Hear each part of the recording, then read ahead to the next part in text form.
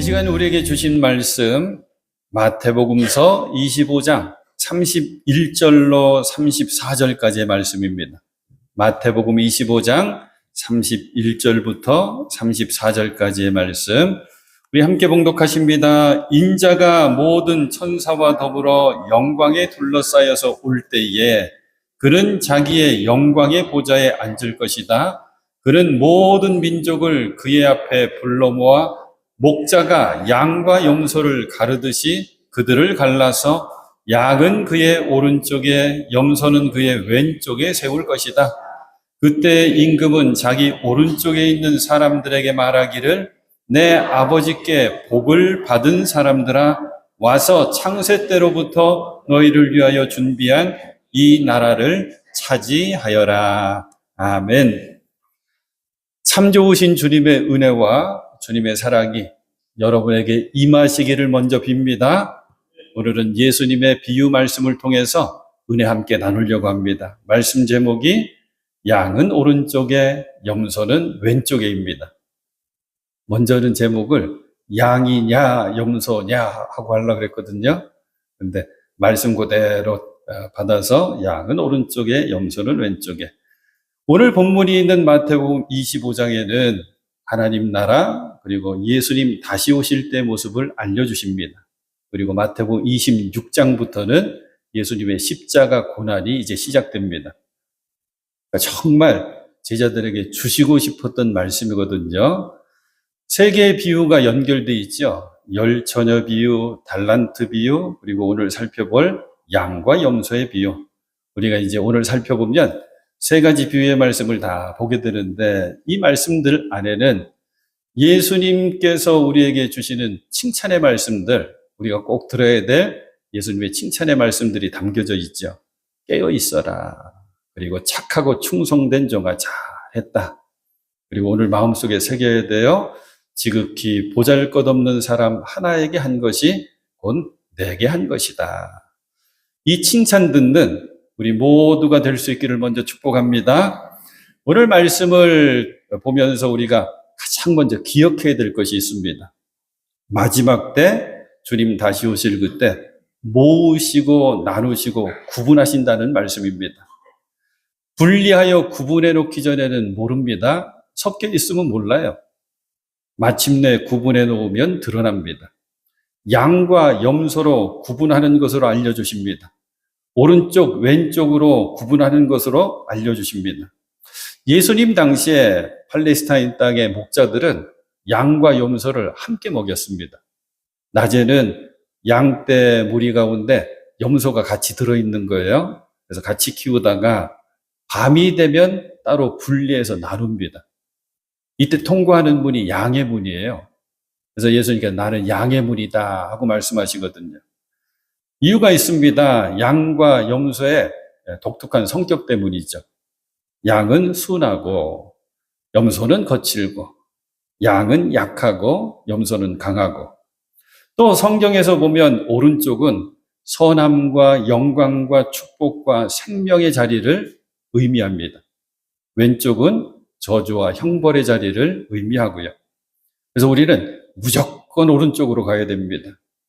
양으로 구별되어서 오른쪽에 있어야 합니다. 이런 거죠. 우리 성도들은 세상 속에서 세상 사람들과 섞여서 살죠. 세상 안에서 우리는 살아가는데, 더불어 살아가는데 분명 구별된 삶을 살아야 합니다. 구별된 삶은 거룩한 삶이고 성결한 삶입니다. 하나님 바라시고 원하시고 기뻐하시는 삶입니다. 영광 받으신 삶입니다. 다 줄여보니까 열매가 있는 삶입니다. 오늘도 다시 한번 신앙의 법칙 한 가지, 믿음이라고 하는 열매, 은혜가 꽃 피우면 반드시 열매를 맺습니다. 그래서 오늘 말씀이 주는 교훈은 믿음으로 구원받은 우리가 그 은혜에 감사하면서 살게 되면 저절로 열매가 맺힌다는 거거든요. 그 열매가 바로 행함이 있는 믿음의 열매, 나눔과 섬김, 봉사와 헌신이라고 하는 열매입니다. 마지막 때 주님 다시 오실 그때 우리의 나눔과 섬김, 봉사와 헌신의 열매를 보신다는 거예요. 살피신다. 그리고 그 열매를 보시고 양과 염소로 구분하고 오른쪽 왼쪽으로 나누신다는 말씀입니다. 오늘 우리 말씀 쭉 따라보면서 마음속에 새겨놓고 또 새겨내야 돼. 우리는 오른쪽에 구별되어 있는 양무리가 되어야 된다. 자, 오늘 말씀이 쉽게 읽으면 오해하기가 참 쉬운 말씀입니다. 쉽게 이런 결론을 내리기가 쉽거든요. 아, 가난한 자를 보면 베풀어야 되는구나. 가난한 자 보면 도와줘야 되는구나. 그래서 선을 행하면, 선행을 하면 나도 양으로 구별받아서 영원한 생명, 천국을 누리는구나. 그럼 반대로 가난한 사람 만났는데 안 도와주면 나는 염소로 구별되어서 왼쪽에 있게 되고 지옥에 가는구나.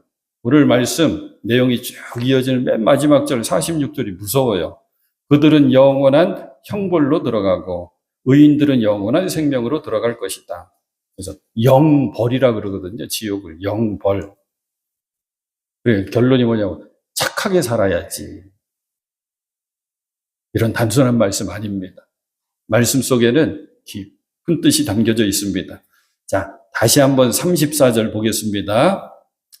그때 임금은 자기 오른쪽에 있는 사람들에게 말하기를 내 아버지께 복을 받은 사람들아, 와서 창세 때로부터 너희를 위하여 준비한 이 나라를 차지하여라.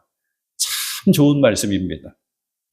양으로 구별되어서 오른쪽에 있으니까 내 아버지께 복을 받은 사람들아, 준비된 하나님 나라의 주인공들이 되어라.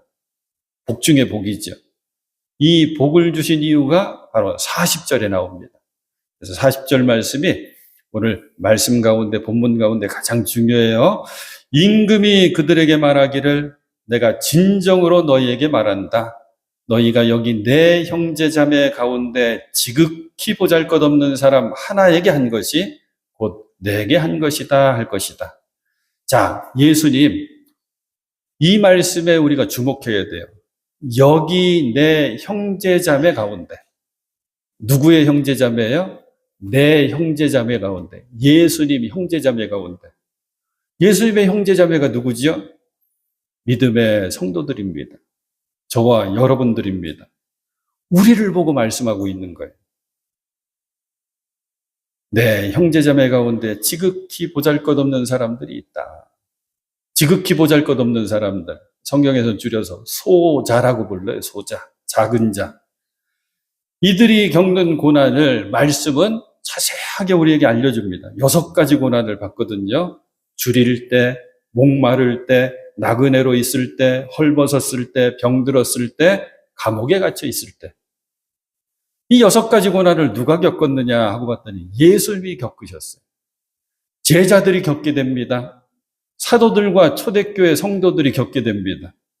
사도 바울이 복음을 전하면서 겪었던 고난과 똑같이 일치합니다. 그 말이 무슨 뜻일까요? 핍박과 박해를 당하던 초대교회 당시의 성도들, 성도로서 살면서 늘 겪게 되는 고난이라고 하는 거죠. 우리가 이 말씀 읽으면서 쉽게 가난한 사람, 불쌍한 사람 도와주면 되는구나. 어디 있지? 찾아가서 우리 도와주자. 예수님 말씀하셨어. 착한 일 해야지. 선하게 살아야지. 이 정도 생각하시면 안 됩니다. 예수님 말씀은 너희들 나를 배우고 나를 따르고 나를 닮아 살기에 너희들 많은 고난을 당하지. 어렵고 힘든 것 내가 안다. 그런데 너희들 옆을 한번 봐라. 내 옆에는 너보다도 고난받는 형제 자매들이 있다. 그들과 나누어야 된다. 그들을 섬겨야 된다. 그들을 사랑으로 품고 돌봐줘야 된다. 가진 것이 있느냐? 그 가진 것을 베풀어라. 똑같이 나중에 사도 바울도 얘기하는 거예요. 갈라디아서 6장 10절. 그러므로 기회가 있는 동안에 모든 사람에게 선한 일을 합시다. 특히 믿음의 식구들에게 더욱 그렇게 합시다. 우리가 모든 사람 도와야 되죠. 하지만 특히 믿음의 형제자매들에게 하라는 거죠. 믿음 때문에 당하는 고난은 믿음의 형제자매들이 도와줄 수밖에 없습니다. 초대교회는 이것을 해냈거든요. 이제 예루살렘 교회의 모습입니다. 믿는 사람은 모두 함께 지내며 모든 것을 공동으로 소유하였다. 그들은 재산과 소유물을 팔아서 모든 사람에게 필요한 대로 나누어 주었다. 다 나누고 섬기는 거예요. 성전에는 열심히 모이고 집집마다 돌아가면서 빵을 떼고 순전한 마음으로 기쁜 마음으로 그것을 나누어 먹고 하나님을 찬양했대요. 그랬더니 모든 사람들에게서 호감을 샀다. 주님께서 구원받는 사람을 날마다 더해 주셨다. 예루살렘 교회의 모습입니다. 자, 이제 어떻게 나누고 섬겨야 하는지를 배워보려고 해요. 답부터 말씀드리면 우리는 은혜로 구원받았죠. 그래서 구원받은 우리는 그 은혜를 잊지 않고 그 은혜의 힘으로 사랑하고 섬기는 겁니다. 은혜로 구원받은 우리들 하나님의 자녀가 되었습니다. 하나님의 자녀로 거듭난 우리는 고난받는 형제자매들을 보면 헐벗고 굶주린 이들을 보면 은혜의 힘이 생기는 거예요. 사랑하게 되고 그 은혜의 힘으로 섬기게 되고 나누게 되고. 왜? 아버지 마음으로 하나님 마음으로 그들을 보게 되니까. 그러면 자연스럽게 나도 모르게 돕습니다. 이게 우리 예수님 주님 칭찬하시는 진짜 믿음입니다. 행함이 있는 믿음입니다. 사도 야고보도 이렇게 이야기하지요. 야고보서 2장 14절 나의 형제자매 여러분 누가 믿음이 있다고 말하면서 행함이 없으면 무슨 소용이 있겠습니까? 그런 믿음이 그를 구원할 수 있겠습니까? 나 믿음 좋다는 분들 계셔요. 대놓고는 못해도 마음으로 이 정도면 나 믿음 좋지 생각하시는 분들 계십니다. 주일 성수 당연하죠. 이건 말할 필요도 없어요. 수요 예배 새벽 기도 11조와 시간 헌금 또 성경도 잘합니다. 직분도 받았습니다. 이런저런 봉사 열심히 참여해서 잘합니다. 잘하고 계시는 거고 더 잘하셔야 됩니다. 저도 더 잘하십시오 그러면서 안내하고 막 이끌려고 그래요. 하지만 이것까지 함께 기억하셔야 돼요. 나에게 행함이 있는 믿음이 있는가? 사도 야고보는 행함이 없는 믿음을 이렇게 알려줍니다. 15절 어떤 형제나 자매가 헐벗고 그날 먹을 것조차 없는데 여러분 가운데서 누가 그들에게 말하기를 평안히 가서 몸을 따뜻하게 하고 배부르게 먹으십시오 하면서 말만 하고 몸에 필요한 것들을 주지 않는다고 하면 무슨 소용이 있겠습니까?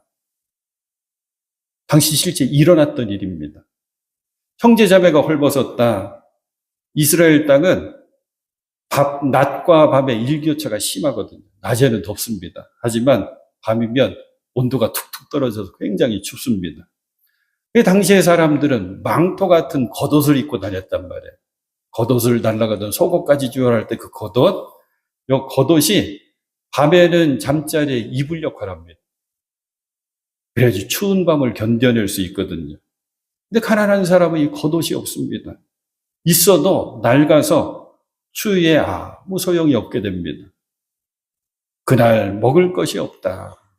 글자 그대로 가난해서 일용할 양식 떨어진 거예요. 쫄쫄 굶기 시작합니다. 이런 이들이 교회에 와서 형제자매로 내 옆에 앉아 있는 거예요. 보면 티가 나겠죠? 티가 안 날 수가 없죠. 밤에 제대로 잠도 못 잤습니다. 추위에 벌벌 떨었습니다. 밥이라도 먹였으면 힘날 텐데 밥도 못 먹고 나왔어요. 눈이 괭하니 들어갔습니다. 그냥 보면 티가 나는데 이런 형제자매를 향해서 뭐라고 한다고요? 샬롬, 평안하십시오.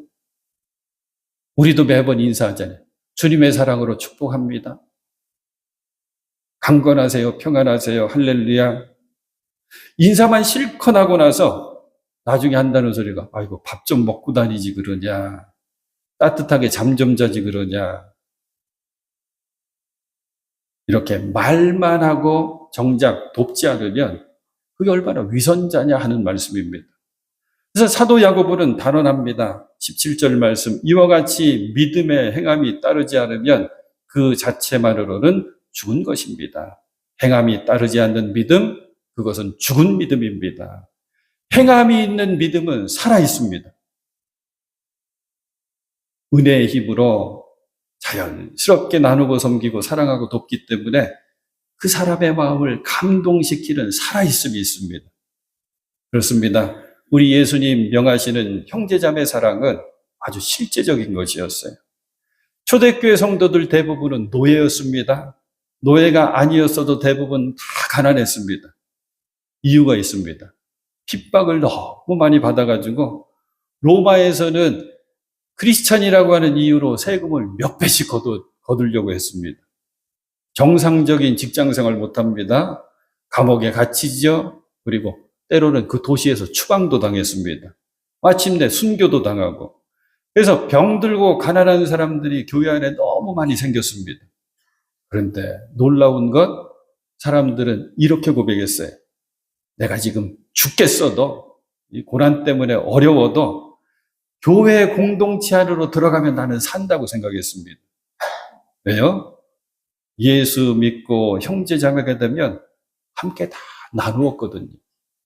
예수 믿고 형제자매가 되면 서로를 책임졌거든요. 예수 믿고 형제자매가 되면 아무리 가난하고 병들고 사회가 버려도 교회가 그들을 책임져 줬습니다. 교회 역사가 이것을 말하고 선교의 역사가 이것을 말해줍니다. 그래서 유럽의 고아원과 병원들은 대부분 교회에서 시작했거든요. 근데 우리 한국 교회의 시작도 똑같습니다. 선교사님 중에 참 위대한 선교사님인데 메리 스클랜턴이라고 하는 여자 선교사님이 계시거든요. 우리 감리교 선교사님. 아들이 윌리엄 스클랜턴인데 두 분이 같이 한국 땅에 도착합니다. 근데 이분이 만든 게 그 유명한 이화학교예요. 그런데 아들 윌리엄 선교사님이 의사였거든요. 그러니까 윌리엄 선교사님이 병원을 시작합니다. 근데 메리 스크린턴 선교사님이 봤더니 조선의 여인들이 남자들이 가는 병원에 들어가려고 하지 않는 거예요.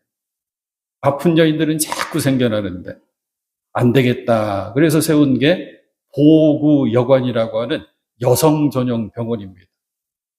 이게 나중에 이화여대 부속 병원이 되는 거예요. 그리고 너무 사람들이 몰려들으니까 그 주변에 건물 하나를 사가지고 볼드윈이라고 하는 선교사님이 마침 또 의사로 오셨는데 이분이 주관해서 보구여관 별관을 만듭니다. 이게 동대문교회입니다. 사랑하는 여러분, 오늘 말씀을 통해서 가장 흥미로운 점 하나가 있어요. 저는 이게 가장 중요하다고 생각하는데 양과 염소로 오른쪽으로 왼쪽으로 구별짓는 결정적인 차이점입니다. 예수님께서 양들을 칭찬하시잖아요. 너희는 내가 줄일 때 내게 먹을 것을 주었고 목마를 때 마실 것을 주었으며 나그네로 있을 때 영접하였고 헐벗었을 때 입을 것을 주었고 병들어 있을 때 돌봐주었고 감옥에 갇혔을 때 찾아주었다. 칭찬이잖아요. 이 칭찬에 양들이 이제 37절부터는 양이라고 안 하고 의인들이라고 하는데 이 의인들이 깜짝 놀랍니다. 그리고 이렇게 답합니다. 자, 37절부터 그때 의인들은 그에게 대답하기를 주님, 우리가 언제 주님께서 줄이신 것을 보고 잡수실 것을 드리고 목마르신 것을 보고 마실 것 드리고 나그네 되신 것을 보고 영접하고 헐벗으신 것을 보고 입을 것을 드리고 언제 병드시거나 감옥에 갇힌 것을 보고 찾아갔습니까? 하고 말할 것이다. 이거예요. 양들이 자기들 칭찬해 주시니까 황송해합니다. 그리고 한다는 말이 주님, 우리는 잘 모르겠는데요. 그러는 거예요. 예수님 칭찬하신 그 많은 선행들 한 기억이 안 난다는 거예요. 그래서 우리가 언제 주님께 그렇게 했습니까? 왜 기억 못했을까요? 안 해서 기억 못한 거 아닙니다. 양들은 그 행함이 너무나도 자연스러웠기 때문에 그래서 기억하지 못하는 거예요. 이런 거예요. 양들은 은혜로 값없이 구원받았잖아요. 그러니까 그 안에 감사와 함께 성령의 은혜가 가득 채워져 있는 거예요. 그래서 굳이 착한 일을 하기 위해서 뭐 생각 안 합니다. 억지로 하거나 계산하거나 남의 시선 의식하거나 쥐어짜거나 애쓰거나 하는 게 아니라 구원받은 은혜의 힘으로 그저 나누고 섬기는 거예요. 사랑하는 겁니다. 그러니까 형제자매, 어려운 형제자매를 보게 되면 주님 마음 되어서 눈물이 나요. 내 주머니를 뒤져봐요. 있는 거 없는 거 다 꺼내서 그냥 습관처럼 나누고 섬기는 겁니다. 그러니까 기억 못하는 거예요. 그래서 주님 칭찬에 우리가 언제 주님께 그랬습니까? 귀한 고백이 있죠. 이제 염소는 다릅니다. 염소는 자신들이 한 선행을 다 기억합니다. 잘 기억하지요. 이유가 있습니다. 가끔씩 하니까 그렇습니다. 계산하고 하니까 그렇습니다. 사람들의 시선 의식하면서 했으니까 분명하게 기억하죠. 예수님이 왼쪽 염소들 무섭게 책망하시잖아요. 41절 후반부에 저주받은 자들아 내게서 떠나라. 그리고 영원한 불 속으로 들어가라. 그래서 하시는 말씀이 너희는 내가 줄일 때 먹을 것을 주지 않았고 목마를 때 마실 것을 주지 않았고 나그네로 있을 때 영접하지 않았고 헐벗었을 때 입을 것을 주지 않았고 병들어 있을 때나 감옥에 갇혀 있을 때 찾아주지 않았다. 이제 왼쪽의 염소들이 정색하고 예수님께 따집니다. 44절 그때 그들이 이렇게 말할 것이에요. 이제 따지기 시작하는 거예요. 주님, 우리가 언제 주님께서 굶주린 것이나 목마르신 것이나 나그네 되신 것이나 헐벗으신 것이나 병드신 것이나 감옥에 갇히신 것을 보고도 돌보아 드리지 않았다는 것입니까? 이렇게 항변하는 거예요. 우리가 언제 안 했습니까? 우리는 주님 굶주리신 거 못 봤습니다. 목마르신 것도 나그네 되시고 헐벗으신 것도 못 봤습니다. 더구나 병드신 것, 감옥에 갇히신 것 우리 못 봤습니다. 우리가 못 봐서 그렇지 우리가 보고도 주님 돌보아 주지 않았겠습니까? 예수님 분명하게 말씀하시죠. 내가 진정으로 너희에게 말한다. 여기 이 사람들 가운데 지극히 보잘것없는 사람 하나에게 하지 않은 것이 곧 내게 하지 않은 것이다. 믿음의 행함을 보였던 양들은 해놓고도 기억을 못하는데 그래서 주님 우리가 언제 주님께 그렇게 했습니까? 하는데 믿음의 행함이 없는 염소들은 안 하고도 우리가 주님인 줄 알았으면 했지요. 해도 잘했지요 합니다. 이제 우리 하나 배웠죠? 주님 기뻐하시는 나눔과 섬김, 헌신과 봉사는 하고서도 기억하지 않는 겁니다. 해놓고도 너무 자연스럽게 잊어버리는 겁니다. 놀라운 사실, 이런 은혜 역사가 한국교회 선교 역사 가운데 늘 있었습니다. 아까는 동대문교회 보구여관 얘기 드렸는데 아울러서 초기에 선교사님들을 어떻게 사역하셨는가. 선교사님들이 바로 11월 달 이때부터 분주해지십니다. 그러냐면 선교사님들이 매일 살피는 게 뭐냐면 성도들 굶지 않는가. 거기다가 추워지면 얼어 죽지 않았는가. 이게 체크하는 게 하루 시작하는 일과였대요. 그러니까 이때부터 정신없이 겨울을 준비해야 됩니다. 작전처럼 준비하는 거예요. 성도들이 조금씩 낸 헌금, 그 헌금을 가지고 쌀을 사기 시작합니다. 이게 구잼입니다. 못 먹는 사람들 몰래 그 쌀을 나눠주는 거예요. 이것 갖고 안 되니까 미국 선교부에 편지를 자꾸 보냅니다. 우리는 지금 조선 땅에서 이렇게 사역하고 있는데 우리가 이렇게 요청합니다. 선교비 보내달라고 계속 편지 써요. 선교비 보내오죠? 겨울을 날려면 땔감이 필요합니다. 땔감을 사서 나눠주기 시작합니다. 가난한 성도들 끼니 챙기고 땔감을 갖다 줘서 아무도 춥지 않게 얼지 않게 만드는 것, 그게 선교사님들의 이때 일과였습니다. 그래서 사람들은 우리가 교회만 가면 산다고 생각했습니다. 지금 해외 선교지에도 똑같은 일이 똑같이 벌어지고 있거든요. 또 한 가지 놀라운 사실, 행함이 있는 믿음이 있는 곳에는 성령의 역사가 나타납니다. 이건 우리가 다 경험했어요. 이런 거죠. 생각해 보십시오. 여러분 인생 가운데 가장 간절히 많이 기도했던 때가 언제입니까? 돈 많았을 때입니까? 아니면 없을 때입니까? 가난할 때입니까? 여러분이 가장 하나님 앞에 겸손하게 그냥 말씀 하나 콕 붙들고 매달리던 때는 바로 가난했던 때였습니다. 아무것도 없었을 때였습니다. 하지만 그때 가난했지만 없었지만 행함이 있는 믿음이 거기 있었거든요. 그래서 우리는 서로 보듬어주고 위로해주고 함께 손잡고 기도하면서 성령을 체험했습니다. 한국교회 부흥의 역사는 가난할 때 다 쓰여진 겁니다. 근데 지금은 우리가 너무 많이 가졌습니다. 사랑하는 여러분, 오늘 말씀 정리하면서 제가 원고에 이렇게 써놨어요.